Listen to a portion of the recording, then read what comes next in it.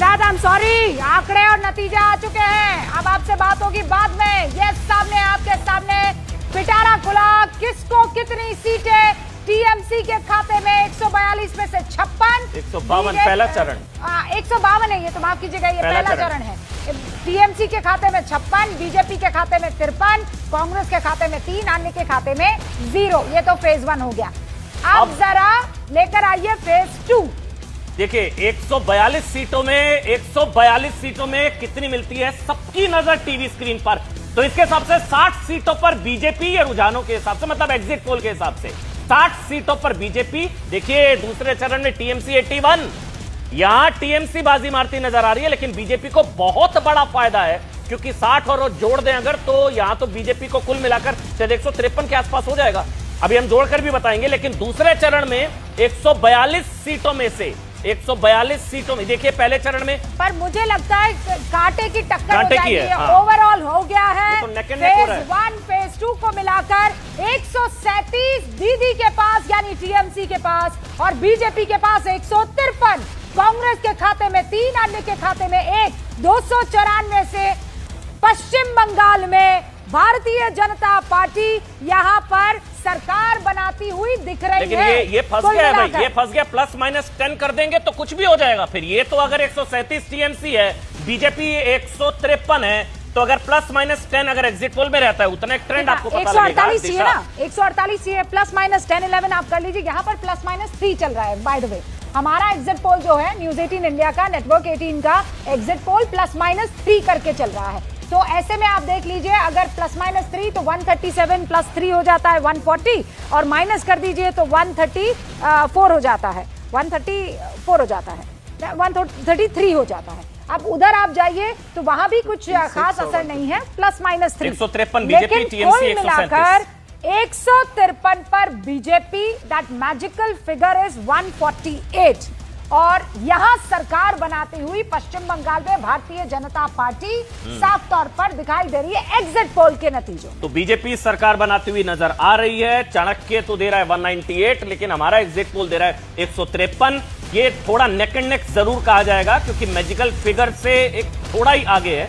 हालांकि टीएमसी 137 है और बीजेपी को 143 से 163 ये अनुमान है, 143 से 163 का अनुमान है, और टीएमसी को 127 से 147।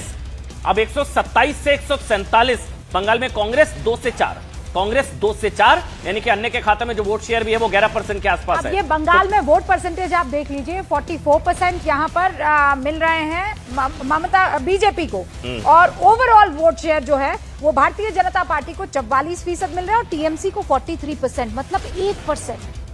बिल्कुल एकदम neck to neck and neck. 44% Bharatiya Janata party को और 43% यहां पर टीएमसी को। पिछली बार इन दोनों पार्टियों में अंतर जो था वोट परसेंटेज का वो 10% था, और इस वक्त वो 1% पर आ गया है। 9% कुल मिलाकर यहां खाते में पड़ जाता है भारतीय जनता पार्टी के। सिद्धार्थ, सेकेंड फेज के एग्जिट पोल के नतीजे ये बता रहे हैं, आपका सूरज उगता हुआ दिख रहा है पश्चिम बंगाल में। नहीं रूबिका जी, निश्चित तौर पर भारतीय जनता पार्टी ने बहुत ईमानदारी के साथ जमीन पर अपना चुनाव लड़ा है।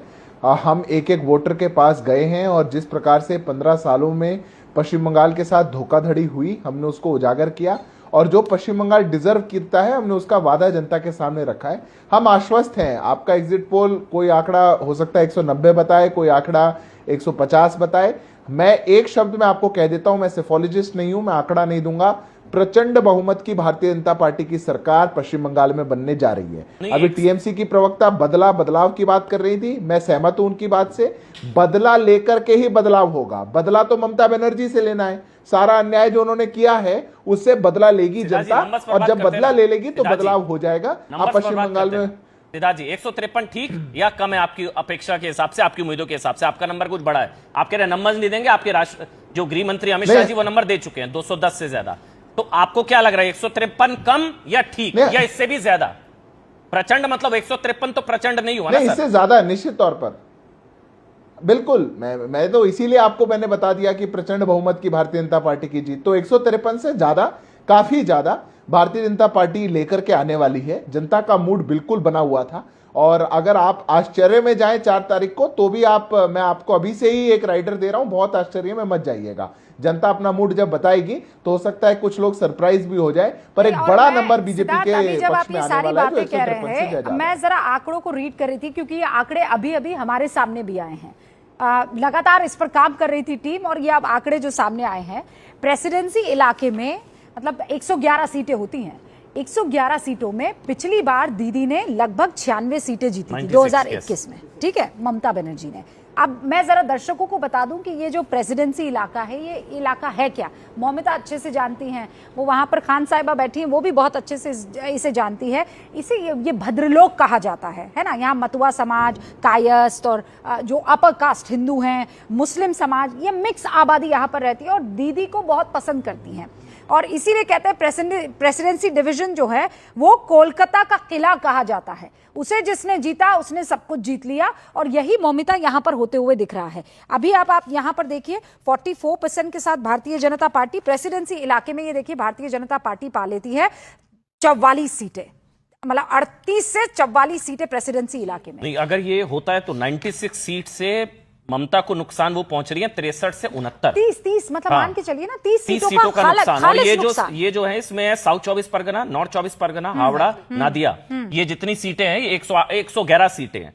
पिछली बार 96 जीती थी, 96। यहां सबसे बड़ा नुकसान दीदी को प्रेसिडेंसी डिवीजन में होता नजर आ रहा है, ये एग्जिट पोल के हिसाब से, अभी के हिसाब से। और बीजेपी को बड़ा फायदा 38 से 44 सीटें, 38 to 44 इस प्रेसिडेंसी डिवीजन में। ममिता क्या है कि last time out of that 140 seats TMC का कोर पॉकेट एरिया था 74 सीट्स, क्योंकि उसमें माइनॉरिटीज भी हैं। जैसे कि हम कोलकाता बालीगंज देखते हैं 68% माइनॉरिटीज बेल्ट, पर वहां पे जो आप जिनको भद्रो लोग बोलते हैं कि एजुकेटेड बेल्ट बोलते हो, तो उसमें भी है। तो combination of minorities and education. तो क्या है कि उस साइड के लोगों की ना मेंटालिटी है very much pro left mentality.